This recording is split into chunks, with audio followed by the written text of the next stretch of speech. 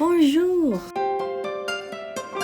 Cœur de chien de traîneaux iditarod en anglais, français. Iditarod in 2024. Bonjour, je m'appelle Al. Aujourd'hui, je vous parle de un événement traditionnel américain plus connu dans une partie plus connue de l'Amérique. C'est l'iditarod en Alaska. La course de chiens de traîneaux iditarod est le événement emblématique de l'hiver en Alaska et l'excitation débute traditionnellement à Anchorage le premier samedi de mars de chaque année. Le départ de la course est prévu à Anchorage le 2 mars 24, 2024, marquant le 52 anniversaire de la dernière grande course. J'ai toujours voulu aller voir la course et les festivités, mais je ne peux jamais à cause de difficultés financières. Donc, je veux au moins les regarder et en parler pour en profiter de cette fonction. D'accord. Alright. La course du chien de traîneau est un sport de niche, du moins aux États-Unis. L'Alaska est pratiquement le seul endroit associé à cela, et c'est une nécessité réelle. Cependant, l'utilisation des traîneaux à chiens a été un moyen vital de transporter des choses, y compris des médicaments. La plupart des Américains connaissent cette histoire qu'en 1925, à Nome, Alaska, de nombreux enfants tombaient malades de la diphtérie, en anglais diphtheria, une maladie hautement contagieuse et souvent mortelle. Cela aurait pu décimer toute la ville et être une épidémie si le sérum n'avait pas été obtenu.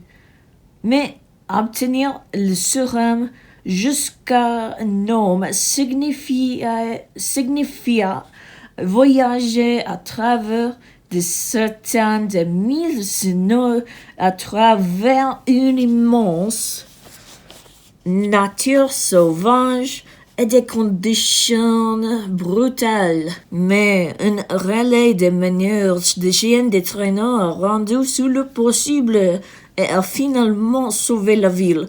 Le nom le plus emblématique à venir de cette histoire est Bientôt, que la plupart des jeunes reconnaissent.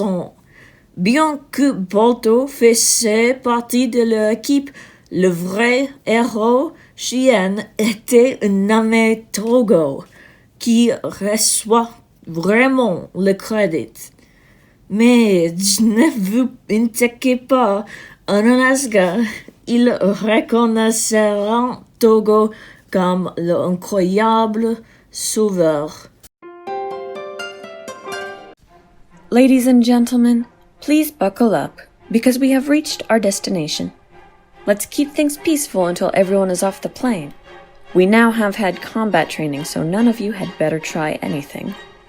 This stunning white, never-ending background, as you see behind me, is a preview of what's to come, for we have just landed in Alaska.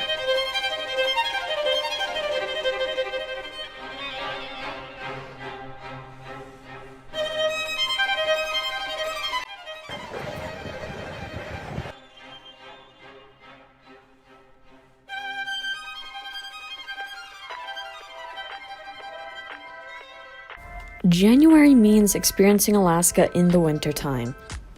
It's cold, there's only 8 hours of sunlight, but it still remains a magical time indeed.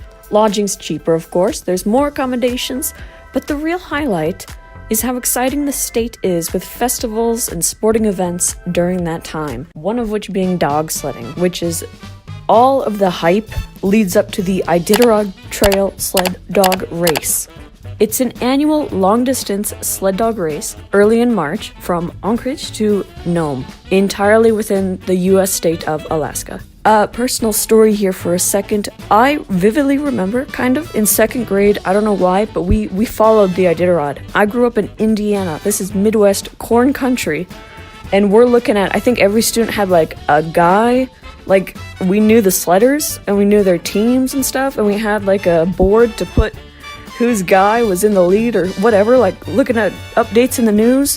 Hell of a elaborate fever dream, honestly, it could be, but I totally remember it. And then like the guy who won or whatever, like the kid whose guy won, I guess they were tethered to him or something, they got like candy or something. Something like, you know, all these kids are shitty about now they're blaming the riders. They're like, oh man, this guy freaking, why didn't he try harder? I wanted that candy. Anyway, yeah, at one point, even the Winter Olympics was like, hey, we're in Norway right now, but the dog sledding things going on are popping off. Like, it's 1994. Everybody's supposed to be paying attention to the Olympics. They're not. They're looking at the dogs. We should add dogs. Americans sometimes forget about Alaska, but I want to see it. And I want to see how the state has kept this alive for so long, when at one point, dog sledding was also almost wiped out. But boy has Alaska been able to capitalize on tourists interested in dog sledding. It's expected, and honestly they should, I guess, but that means the options are expensive. They are, after all, possibly bucket list things or once-in-a-lifetime experiences, that sort of thing. One of them is there's a lot of helicopter tours mixed with dog sledding, with friendly pilots who are ready to make sure you have a great time. This tour is bound to be one you won't soon forget. Once you take off, the flight will begin as you fly over a beautiful braided river that lapses in the ocean. Wildlife is abundant in this area, so you fly towards the mountains and head over Resurrection Bay. Keep an eye out for otters and whales. Your experienced pilot will land on the Godwin Glacier, and our staff will escort you towards the dog camp, where you'll be greeted by more than 24 sled dogs, anxiously awaiting to pull you across the perfect winter snow. To ensure a positive experience for all, our staff will show you how to interact with the friendly sled dogs, and you'll get the chance to pet and play with them before taking off.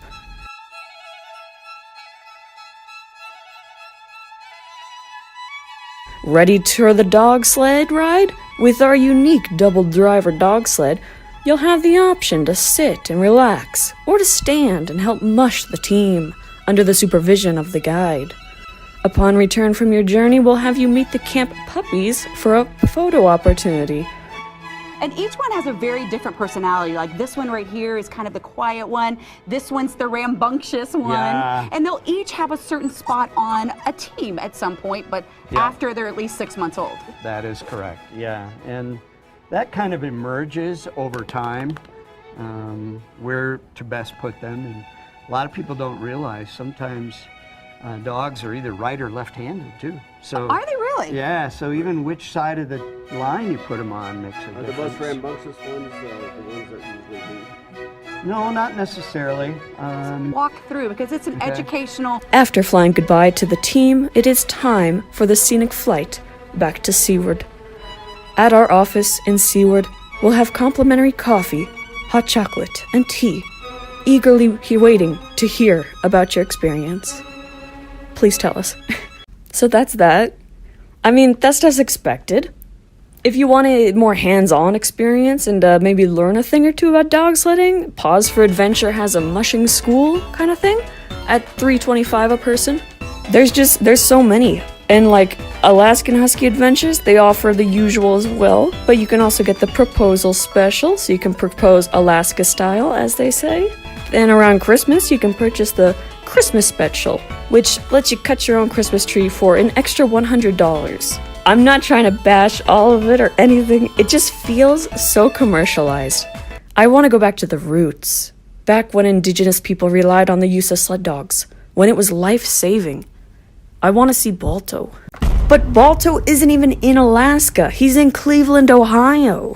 Because after his life-saving run, a little money was made from the spotlight before Balto and the other 6 dogs were put in a dime museum in Los Angeles, apparently in pretty bad conditions. So bad that a man named George Kimball had seen them, was shocked, and then asked the sideshow owner to hold them for $100 so he could gather the $2,000 fund needed to rescue them. Keep in mind, $100 in the late 1920s was around $1,500, and $2,000 was about $30,000. So Kimball had to recruit the whole area to help the dogs, the whole country and everything. The Save Balto Fund and race was now in full swing. And everyone was participating, everybody, even children wanting to get their coins out of their piggy banks to add to the fund to help Balto. And they did it! In just 10 days, the headlines read, "City smashes over top with Balto's fund, Huskies to be shipped from coast at once." Balto, Fox, Billy, Tilly, Cy, Old McDuck, and Alaska Slim were saved and were able to live out their lives happily in the Brookside Zoo.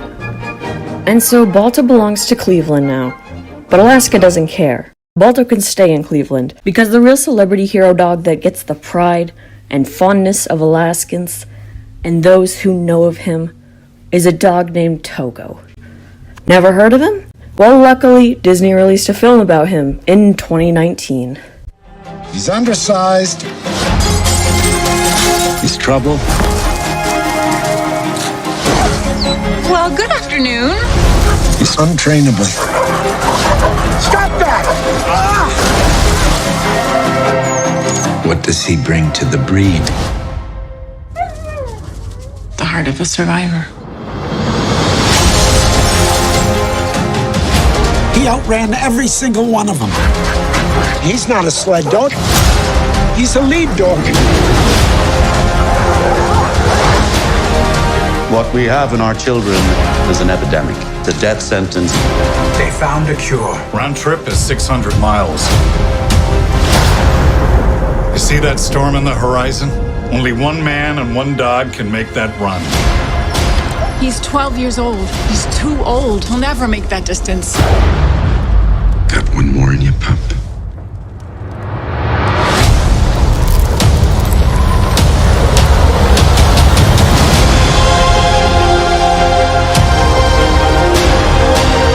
My guess is we don't find him till the fall.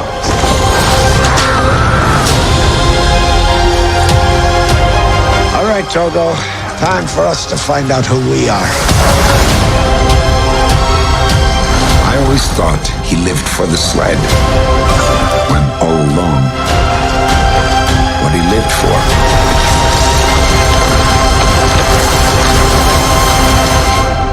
was me. I got Togo! Togo is the true hero. Togo is the true hero in the story, and he doesn't get much glory. One of the most terrifying moments in the movie is in the second crossing of the Norton Sound on the way back toward Nome with the serum. Sepala and his team are crossing the sound when they find themselves stranded on an ice floe, separated from shore by a narrow but formidable strip of sea.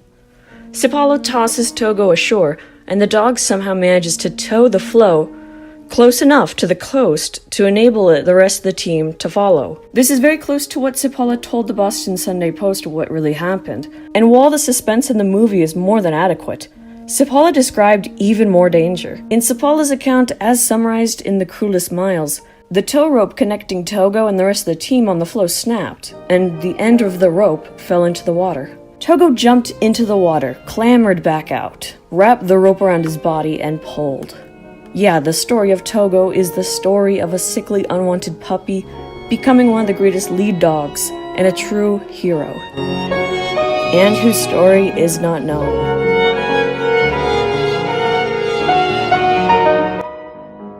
For some reason, Balto got all the glory.